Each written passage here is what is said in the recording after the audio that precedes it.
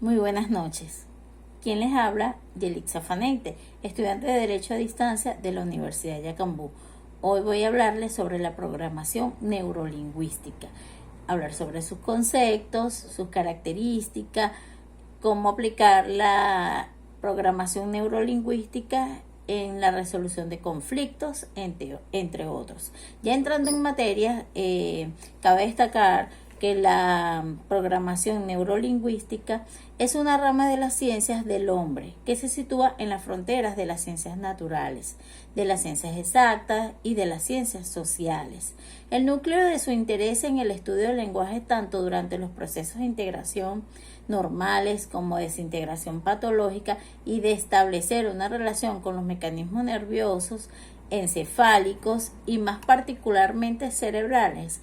Como se comprenderá claramente, en este campo de estudio la investigación, la enseñanza no tiene nada que ver con los charlatanes, sectarios, fanáticos e iluminados que han intentado apropiarse del término neurolingüística, a veces con éxito, dándolos a los ambientes de celebración cultural y de crepúsculo a la razón que van socavando y contaminando a las sociedades de diferentes países del mundo de la neurolingüística. En sus antecedentes históricos podemos resaltar que tiene antecedentes lejanos de data desde hace más de un siglo. En sus raíces podríamos considerar el esfuerzo de Francis Gall por localizar el lenguaje primero en el cerebro y después por obra de su discípulo Spurgeon en el cráneo a nivel de los párpados inferiores. Esto ocurría a comienzos del siglo XIX. Por otra parte, tenemos a Jean-Baptiste Bouillard, médico francés, trabajando en el Hospital de Charité en París. Escribe entre 1839 y en ese periodo un artículo histórico que vale la pena mencionar. En el Gran Diccionario Universal Larousse, en su edición de 1888, se afirma que el trabajo titulado sobre la localización del sentido M, lenguaje articulado, la asigna a Bouillard el mérito de haber reconocido y delimitado en alguna forma, dice el diccionario, la lesión anatómica que produce el trastorno del lenguaje y que se le localizaría en una parte de las circunvoluciones cerebrales. Después, numerosas descripciones, tanto clínicas como anapatológicas, han enriquecido este campo, desde Francia, Alemania, Inglaterra y Austria. Se investigaba, se describía, se publicaban numerosos casos de alteraciones en el lenguaje verbal. Casos de alteraciones en el lenguaje, tanto expresivo como comprensivos, así como en el lenguaje gráfico, a nivel de la lectura como de la escritura. Sigmund Freud mismo participó en la discusión escribiendo un notable libro sobre la afasia, en el que prevenía de los excesos de las localizacionistas y llamaban la atención sobre la difícil tarea de superponer el proceso verbal en las cartas anatómicas del cerebro enfermo. En este sistema de representación también podemos ver los sistemas en el PNL, son básicamente nuestros sentidos internos, es decir, nosotros representamos lo que experimentamos en el exterior, en una pantalla mental interna. Entonces es un hecho que nuestros sentidos externos, ver, oír, sentir, oler, probar, está totalmente relacionado con lo que sentimos internamente.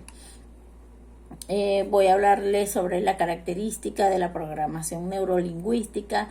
La PNL tiene la habilidad de ayudar al ser humano a creer, trayendo como resultado una mejor calidad de vida. Presenta un enfoque práctico y potente para lograr cambios personales. Esto es debido a que posee una serie de técnicas que se asocian entre sí para lograr una conducta que se quiere adquirir. Tenemos otra característica, se concibe como una poderosa herramienta de comunicación, influencia, persuasión, puesto que a través del proceso de comunicación se puede dirigir el cerebro para lograr resultados óptimos. D. Es esencialmente un modelado. Los especialistas que desarrollaron la PNL estudiaron a quienes hacían las cosas de manera excelente, encontraron cuál era su fórmula y proporcionaron los medios para repetir esa experiencia. Voy a hablarle también de la importancia. La importancia es vital para el desarrollo personal y profesional de los individuos. Analiza la manera en que los seres humanos percibimos todo aquello que nos rodea a través de los sentidos. Además, detectas las motivaciones que nos hacen comunicarnos y dirigirnos hacia los demás o hacia un determinado evento de una forma específica. Las personas tenemos un modo predominante de percibir la realidad, las creencias, los criterios y valores de cada persona influyen en este proceso. A esta inclinación se le conoce como sistema de representación sensorial, los cuales se dividen entre visual, auditivo, kinestésico. Por dar un ejemplo, uno de ellos los kinestésicos son individuos ordenados e intuitivos, con un alto nivel de concentración. Se sienten cómodos al expresarse pausadamente y a nivel emocional.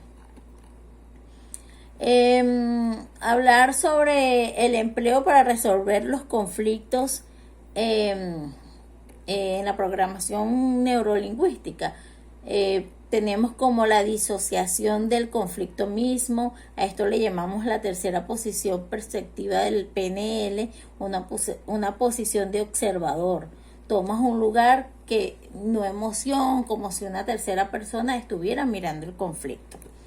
Saca las emociones del conflicto y obtendrás sabiduría o aprendizaje adicional. 2. Construir rapport, ritmo y liderazgo. Cuando alguien está gritando en una situación particular, por supuesto, debes mantener la calma, igual el volumen, la velocidad y la tonalidad de la voz de la persona, sin igualar el contenido enojado. Iguala a la persona conflictiva por un tiempo y luego disminuye la velocidad al hablar y respira de una manera más tranquila. Tú guiarás a la persona hacia una forma más tranquila y pacífica de comunicarse contigo. Yo lo he puesto a prueba. Priorizar la mejor solución posible. He preguntado a varias personas que negocian con un conflicto de vida o de muerte qué tan difícil es negociar en nombre de la vida humana. En esas situaciones las apuestas son grandes para otros y puede que no haya una situación de ganar-ganar posible debido a factores externos. En estos casos la maximización de un buen resultado es crucial. Tenemos también la introducción del patrón. Lo que descubre es el origen del problema desde una perspectiva general, ponerse en los zapatos de la otra persona, es decir, que uno no entiende a alguien hasta que caminas en el mismo sendero o zapato de esa persona, y es absolutamente cierto. En fin, cuando tengas un problema con alguien, aplica una o varias de las técnicas PNL para resolver conflictos y evitarás que una simple molestia se convierta en